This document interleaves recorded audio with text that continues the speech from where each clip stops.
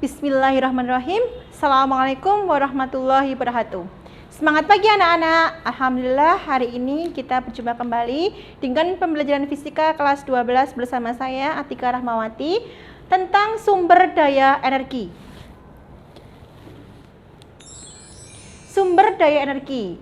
Ada 4 poin yang akan kita pelajari mengenai sumber energi, pembangkit tenaga listrik, sumber-sumber energi alternatif, serta dampak penggunaan sumber daya energi terhadap lingkungan.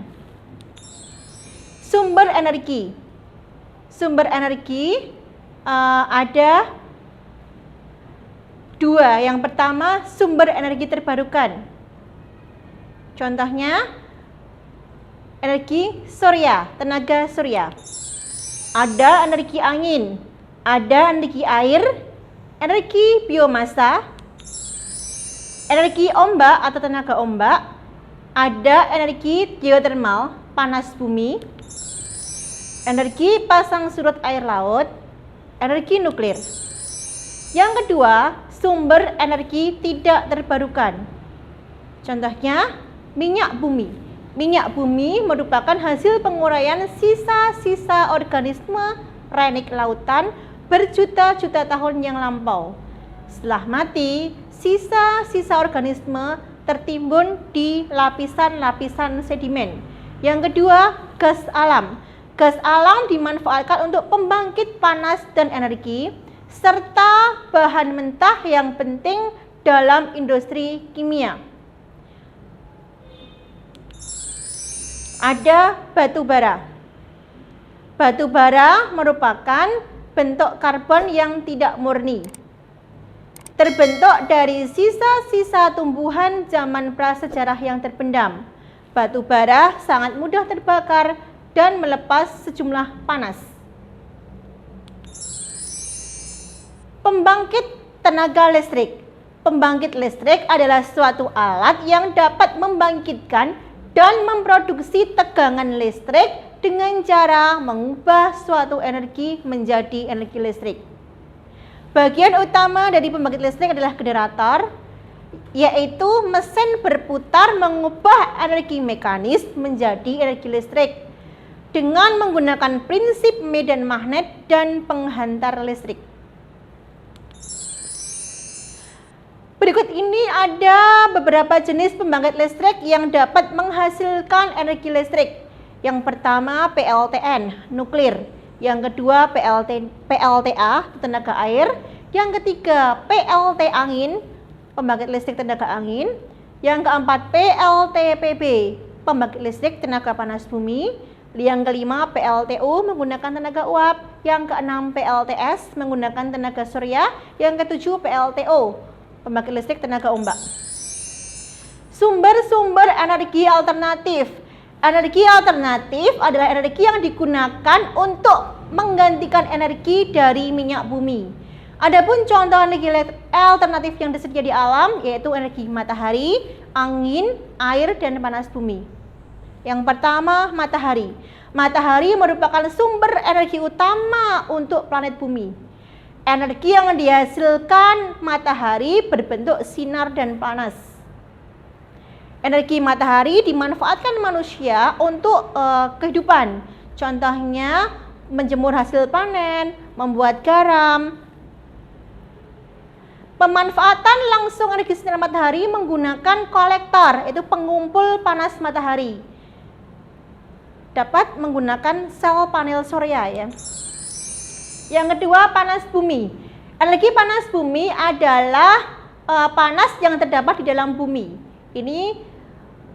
Sejauh ini uap geotermal telah dipakai terutama untuk pembangkit listrik. Yang ketiga, energi angin adalah energi yang berasal dari hembusan angin. Energi angin dapat digunakan untuk menghasilkan listrik dengan menggunakan kincir angin yang disambungkan menggunakan generator dan dapat menghasilkan listrik atau turbin angin.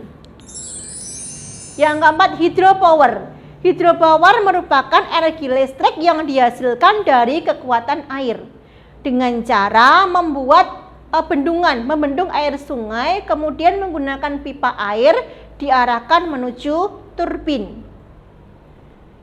Yang kelima, gas alam.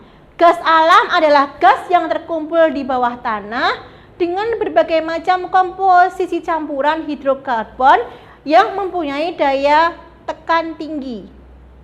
Untuk gas alam ini sudah banyak dimanfaatkan untuk pembangkit listrik tenaga gas PLTG. Ada hidrogen. Hidrogen dapat dibuat menjadi bahan bakar pengganti BBM. Ada biomasa. Biomasa adalah massa tumbuhan dan kotoran hewan yang dapat memberikan energi, baik dibakar langsung maupun diubah menjadi bahan yang lain. Ada biofuel. Biofuel adalah energi yang berasal dari bahan-bahan nabati seperti minyak bumi, tanaman jarak, jagung, dan lain-lain. Ya. Bahan bakar nabati dalam bentuk biodiesel dan bioetanol menjadi alternatif sebagai bahan bakar kendaraan.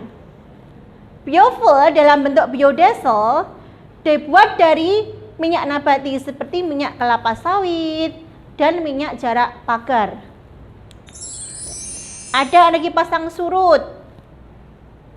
Kemudian ada gelombang laut, ada biodiesel. Biodiesel merupakan energi alternatif pengganti bahan bakar fosil.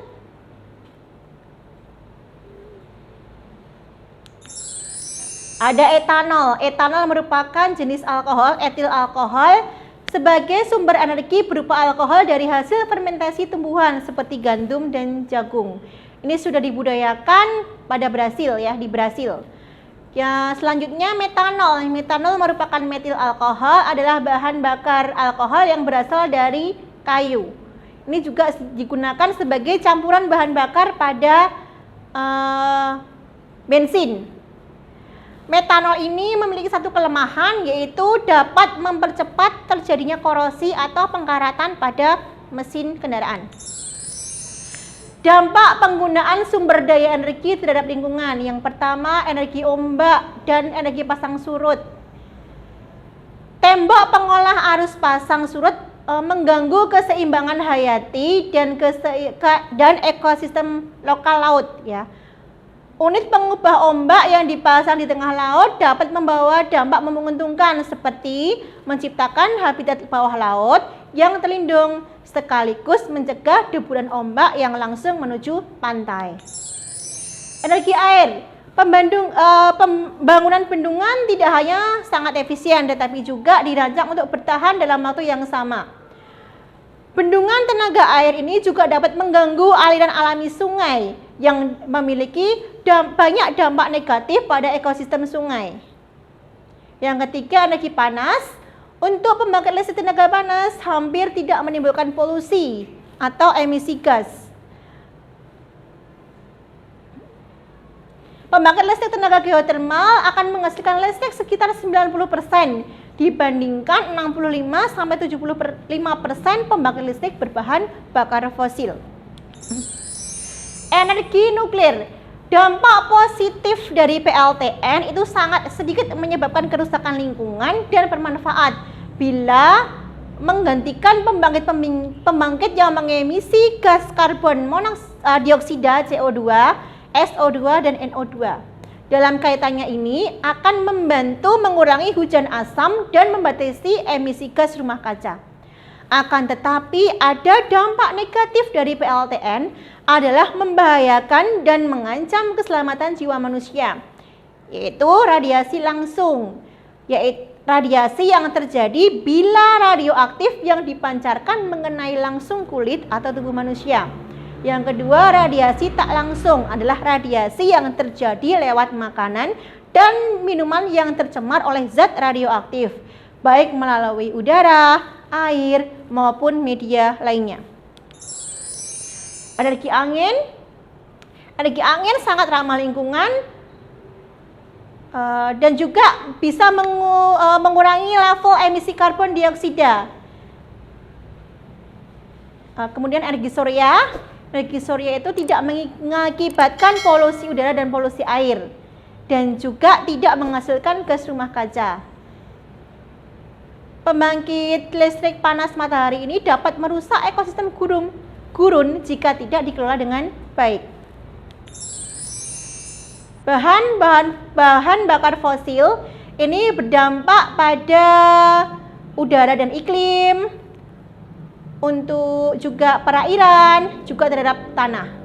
Untuk udara dan iklim ini dapat meningkatkan konsentrasi gas rumah kaca yaitu CO2, CH4 metana, NO2 dan sulfur dioksida. Dampak terhadap perairan itu adalah pencemaran air yang disebabkan apabila pembuangan minyak pelumas secara sembarangan. Kemudian dampak terhadap tanah, lapisan batu bara yang terdapat di tanah yang subur, sehingga apabila tanah tersebut digunakan untuk pertambangan, maka lahan tersebut tidak dapat dimanfaatkan untuk pertanian. Cahaya matahari masih memiliki banyak fungsi yang tidak akan pernah habis untuk dibahas. Sebagai manusia, sudah sewajarnya kita bersyukur atas nikmat yang diberikan Tuhan dengan berperan aktif menjaga lingkungan di sekitar kita agar sinar matahari yang didapatkan akan tetap pada kadar yang dibutuhkan. Jadi, kita harus tetap melakukan penghematan energi agar energi tidak akan mudah habis. Terima kasih. Inilah pemaparan materi saya mengenai sumber energi. Semoga bermanfaat. Wassalamualaikum warahmatullahi wabarakatuh.